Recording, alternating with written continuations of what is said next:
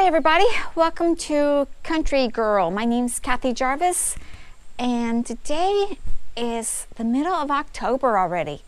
Hard to believe, but it is. So I'm going to walk around and show you some of the things I still have blooming and growing, and we'll talk about what to expect when the first frost hits. Now I'm in zone 6A and our first frost date is actually October 15th. That's tomorrow.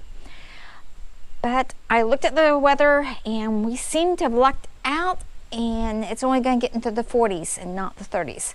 So that's a good thing. Now we'll go out to the garden itself and I'll show you what we've gotten done. Most of it's ready for winter. I don't have much to do yet, but all the fruit trees are ready for winter. The fruit has been removed from the trees. The area around them have been cleaned up, waiting for these to die down. They're coleus last year. I just left them in place and they came up on their own. So I might try that again this year. The grapevines have cleaned up underneath of them, and there's nothing else I can do for them until this next spring. Then I'll fertilize them. Same thing with the blackberries. I've gotten all the old canes out. The other prima-canes have been trimmed back already. I did that earlier, and they're staked, tied to the trellis, so they're ready for winter. Same thing with the strawberries. They're all weeded, got the straw around them. That's it for winter. Everything is weeded, everything's taken care of. And like I said, we're going to be getting a frost before much longer. And when that happens, the zucchini there will be gone. The kale should be good. That's good until almost in the 20s usually, sometimes even lower. On here, the tomatoes will be gone if it gets to 32 and lower. And tomatoes in this one will be gone. So will the the po beans. They'll be gone if it gets 32. Now this bed is my bush beans, and I've let them go forever because I wanted to collect seed pods, but it's taken forever for them to dry up. But I'll get there. My lima beans will be gone if it gets 32, and so will the okra. So this whole bed will be empty once it freezes. The carrots will be fine. There's a possibility I'll pick up the buckets and put them inside the greenhouse, but that's only to make it easier to harvest. Parsnips are almost ready. In fact, they are ready. I'm just kind of waiting for the temperature to drop because everything I read says that they're better after they've had a touch of frost. They get sweeter. Inside the greenhouse, I have Brussels sprouts, which will be good. They can take temperatures down into the 15s sometimes. Depends upon if they're protected or not. I also have some blackberry starts up there.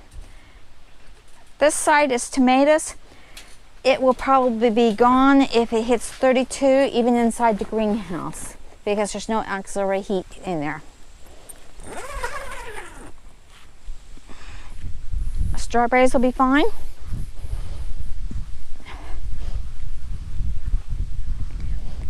Now in this bee garden, the marigolds will be gone. Cosmos is already gone, they're done. I'm leaving the sunflowers on here because the birds are eating the seeds. As you can tell, see that one has nothing inside of it. So this is for the birds to eat. All these flowers will be gone. The zinnias will be gone. The coluses will be gone. Those will be gone. The dahlias will die back, but they should come back again. Same thing with the daisies. They will die back, but they will come back. The phlox and the hollyhock. This is all pre-annuals from here on back. So the only thing I have to replant next year will be the zinnias, the petunias, the collis, the nasturtiums, possibility. Sometimes they reseed themselves. The marigolds, they're really great about reseeding themselves, so I don't have to worry about that. The pumpkin patch, the melon patch, is all ready. Though I do have one diehard that's just trying his best to stay. Unfortunately, he'll be gone if it gets 32 degrees. Now, inside the greenhouse, where it's a little bit more protective, things should be all right. As long as it doesn't stay 32 for a long time. The tomatoes may suffer and they may die, depends upon whether I get out and row the sides down. Same thing with the peppers. Now, you could take with the peppers, you could take them and cut them down and cover them and try to overwinter them. I haven't decided what I'm going to do yet. Some people take them in the house. I had no luck taking them in the house. But once I find out it's going to hit 32 and lower, I will come out here and finish harvesting these. This part over here are pretty much already harvested. I got a few hanging on. The kale will be all right. The eggplant will be gone at 32. If it was outside, it may work a little bit more in here. This is the first year I've had them in here. The kale and the Swiss chard will be fine. The lettuces will all be fine. Now they're just starting to come up. I planted them a week ago and you can see them coming up. The kale will be fine. And over here I have turnips. They will be wonderful in here. They go down to almost 20 degrees. All these are broccoli rabe, and the peas are all cool weather crops that love the cooler weather.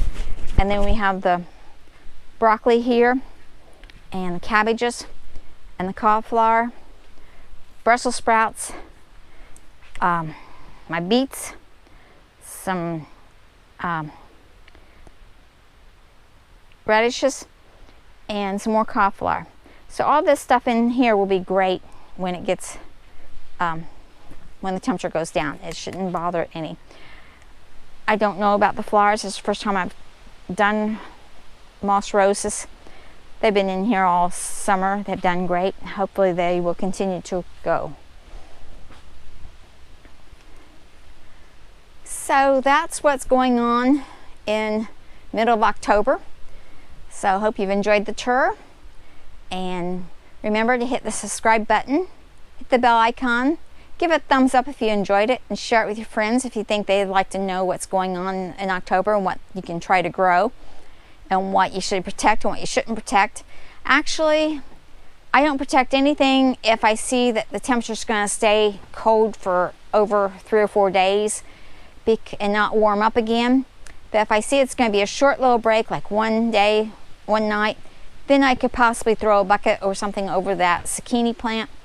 Otherwise, everything else is pretty much fine. Not going to bother about the lima beans because they're too tall, too vertical. You can't cover anything sufficiently to protect it. So you have to use your own judgment as far as how much time you have left after the freeze for good weather. If it's just a little blanky blank in and out and gone, then you might want to consider protecting something. But if it's going to freeze and then the next week or so it's going to freeze again and you've really gone into the cold part of the fall, I wouldn't even bother. Especially if you have a freezer full of food. Right now I am starting to dehydrate everything because I don't have any more room in the freezer except for where I'm going to put the meat. So, hope you enjoyed it. give it a thumbs up, share it with your friends, and remember, like always, dream big and follow that dream. Bye for now.